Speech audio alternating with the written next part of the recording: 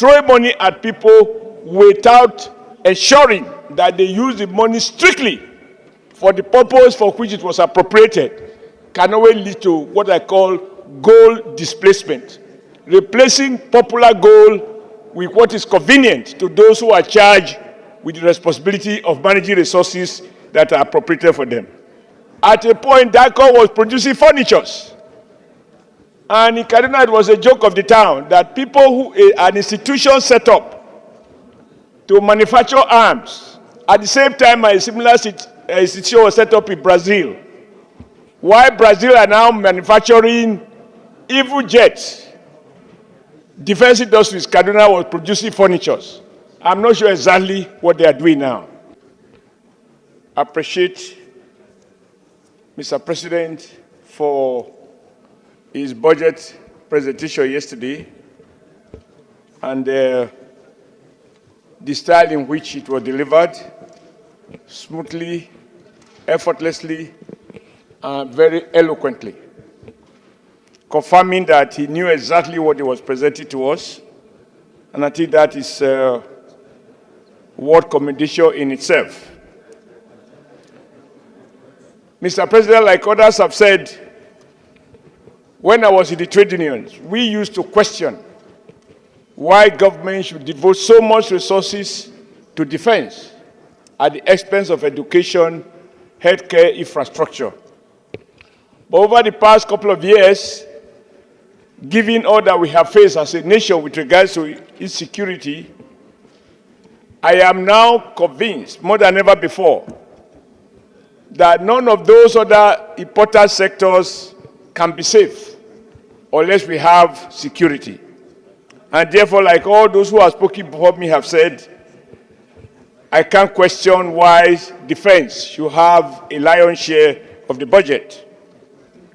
But the lessons we have learned since we assumed duties here is that budgetary provisions alone will not translate to the kind of outcome Mr. President spoke to, namely that our defense policies or management of our defense procurement should be guided in a way as to lay more emphasis on technology and have a much more smart, robust, and effective defense system. This will require that our defense committee, which happily is chaired by the immediate past Senate President, that our defense people need to be refocused. Even the issue of the defense, because I live in Kaduna, we find at DICON, at a point, DICON was producing furnitures. And in Kaduna, it was a joke of the town that people who, an institution set up to manufacture arms, at the same time, a similar institution was set up in Brazil. Why Brazil are now manufacturing evil jets, defense industries, Kaduna was producing furnitures. I'm not sure exactly what they are doing now. But just to say that my experience has taught me that throwing money at people without ensuring that they use the money strictly for the purpose for which it was appropriated can always lead to what I call goal displacement, replacing popular goal with what is convenient to those who are charged with the responsibility of managing resources that are appropriated for them. I also believe that the right emphasis was placed on health, on education, etc. I don't think any of us here will question those, because over the past 1 year, I can't count how many universities and how many colleges of education or how many technical skill acquisition we have set up. All of those will require resources to fund if they are signed into law. The key issue, Mr. President, that I think our Senate, particularly with reference to our Finance Committee, are chaired by Sani and Abiru and others, I want your attention. This time around, the Senate, through your committees, must ensure that the budget is based on 500 naira to the dollar. Everything must be done to ensure that the naira is protected. The purchasing power parity of the naira today, in my view, is grossly undervalued. The naira can buy in Nigeria much more than a dollar can buy in US. And to remove speculation from our economy, leading to hyperinflation, Nigeria needs to be certain that nothing will make the naira depreciate any further. That will require that the Senate committees, as appropriate, working with CBN, monetary authorities, and the fiscal authorities, must guide jealously this figure. We should take them as a decree, just to emphasize my concern about it, that nothing should make the dollar fluctuate further, so that there will be price stability. The target of Mr. President, which he read to us and many of us clamped, was that from current level of inflation that is averaging around 30%, that the target is to cut it down to 15%. What that means is to protect and even enhance our real living standard. Now, to achieve 15% inflation will require that the exchange rate remains stable as a precondition for general price stability in the economy. The inflation we have faced is not a result of more money chasing few goods, or what the economists call demand pull. The inflation we have faced is the result of cost push. Central to that cost push is exchange rate. That is why we can't speak too much about the need to ensure that this figure in the budget is realized throughout the year. Lastly, I'm happy with the President's emphasis on returning the manufacturing sector, because all of us here are under pressure from young men and the not so young for jobs. Those jobs will not be created by bankers or by banks. They will be created by the civil service. They will be created by conditional cash transfer. They can only be created by the manufacturing sector. When we come to the details, we will see through the Ministry of Industries what new initiatives are put in place to ensure that the manufacturing sector gradually return back, so that our young people can get jobs, and it will contribute to ensuring peace and security in our respective constituencies. Thank you very much, Mr. President, for allowing me to speak for 1 minute 56 seconds. Thank you, sir. President Yobe North. Mr. President, let me commend our President of the Federal Republic for presenting this very important budget estimate. And in my contribution, I would like to start by quoting one of his statements. And I quote, Mr. President yesterday said, "Security is the foundation of all progress." And I agree with him completely. Any other thing could easily fall in place when we are secured. Mr. President, defense and security is getting 4.91 trillion naira. To my mind, this is not even enough. But given the paucity of funds that we face, we can say there is a significant improvement over what we had for 2024. Mr. President, the Committee on Defense went on oversight to Kaduna last month, and we visited DICON, the Defense Industries Corporation of Nigeria. Distinguished colleagues, DICON was established in 1964, 60 years today. But its contemporaries in Brazil, in Pakistan, today can produce fighter jets. Daikon is still struggling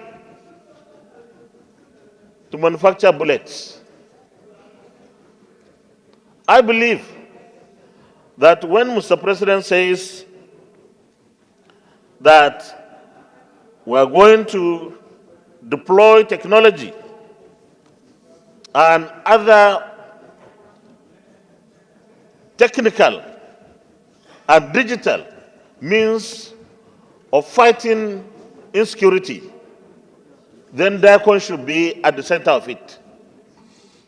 Mr. President, we should be able to make it possible for Daikon to produce the kind of equipment, machinery and platforms that we need in this country. And we have the people who can do that. We have very well-trained technicians and technologists. Mr. President, I believe that Nigeria has suffered enough in the hands of countries where we wanted to import our platforms or our aircrafts. We recall that in the last administration, Nigeria paid for about 12 fighter jets from a certain country. And we paid heavily. But alas, when those aircrafts were finally imported to Nigeria, we were not given every aspect of what we needed to use them to fight insecurity in Nigeria. So we are halfway. The only way to go is to have our own Daikon functioning. Finally, Mr. President, because it says 2 minutes, we must commend our armed forces, but we must continue to demand for better and improved performance.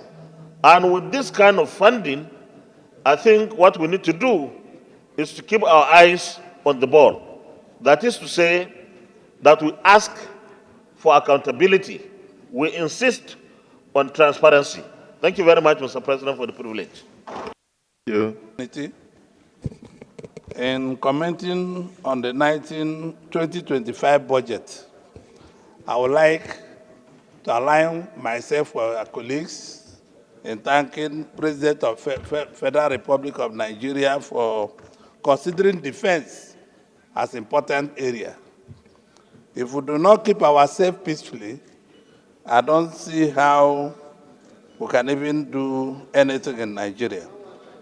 In putting defense and security as a top priority, it means we will do a lot to go back to agriculture. Because once we go to agriculture, I would like to see where this budget will address some issue and put stimulus into banks like Bank of Agriculture, the Bank of Industry, so that we can put stimulus back to the economy. If there's no much stimulus in the economy, what we are preaching about in shadowing down the dollar or keeping the dollar lower is not going to happen. We must do more on agriculture where exports production will be key to what we are going to be looking at 2025.